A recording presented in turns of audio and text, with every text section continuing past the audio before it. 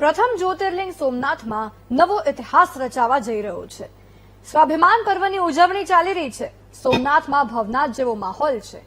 દુલ્હનની જેમ સોમનાથના રસ્તાઓ સજાવાયા છે। હવે બસ રાહ જોવાઈ રહી છે સોમનાથના દ્વારે નમોના આગમનની, એટલે કે પ્રધાનમંત્રીના આગમનની। ત્યારે કેવો છે સોમનાથમાં સ્વાભિમાન પર્વનો ઉત્સવ, આવો બતાવીએ।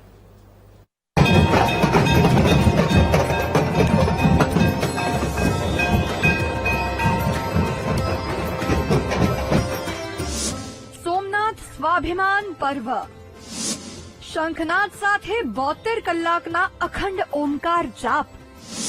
ભવનાથ જેવો સોમનાથમાં છવાયો માહોલ। સમગ્ર ભારતના સ્વાભિમાન એવા દ્વાદશ જ્યોતિર્લિંગમાંના પ્રથમ જ્યોતિર્લિંગ સોમનાથમાં પ્રધાનમંત્રી નરેન્દ્ર મોદીના અધ્યક્ષ સ્થાને સોમનાથ સ્વાભિમાન પર્વ ઉજવાઈ રહ્યું છે। આ સ્વાભિમાન પર્વની ઉજવણી ગુરુવારથી જ શરૂ થઈ ગઈ છે। અખંડ ઓમકારનો જાપ ચાલી રહ્યો છે, તો ઓમકાર જાપ વચ્ચે શુક્રવારે સોમનાથમાં ભવનાથ જેવો માહોલ છવાયો। 500 થી વધુ સાધુ સંતોની ભવ્ય ડમરૂ યાત્રા યોજાઈ હતી। આ યાત્રાને કારણે સમગ્ર સોમનાથ નગર હર હર મહાદેવના નાદથી ગુંજી ઉઠ્યું હતું અને સોમનાથમાં ભવનાથ જેવું વાતાવરણ સર્જાયું હતું।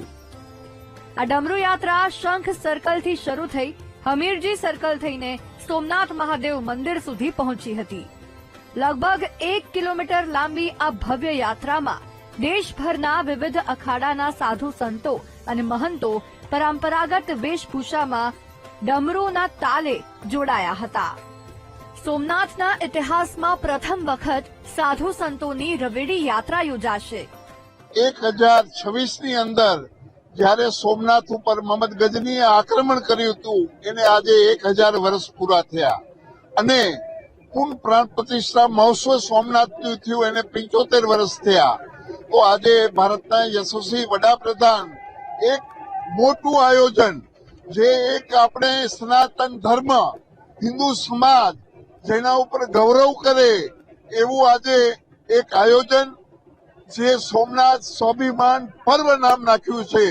એની અંદર શ્રીપંત દશનામ જૂના અખાડા, આવાન અખાડા, અગ્નિ અખાડા, ત્રણેય અખાડા જોડાઈ કરીને હમણાં એક ડમરૂ યાત્રા અને સાંજે 5 વાગે એક અમારી રવાડી જે અમે કુંભમાં કાઢીએ છીએ, એના પછી ગિરનારમાં કાઢીએ છીએ અને આજે પ્રથમ વખત ગુજરાતમાં જો બીજી રવાડી નીકળી હોય તો સોમનાથ છે।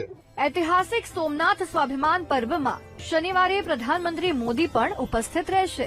પ્રધાનમંત્રીના આગમનની તૈયારીઓ થઈ ચૂકી છે। સોમનાથવાસીઓ પણ પ્રધાનમંત્રીના આગમન માટે આતુર છે।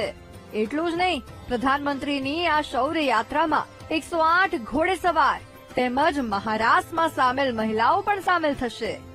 આ સાથે જ પ્રધાનમંત્રી અનેક વિકાસના કાર્યોનું લોકાર્પણ પણ કરશે, જે सोमनाथना विकास में 4 चांद लगावी देशे।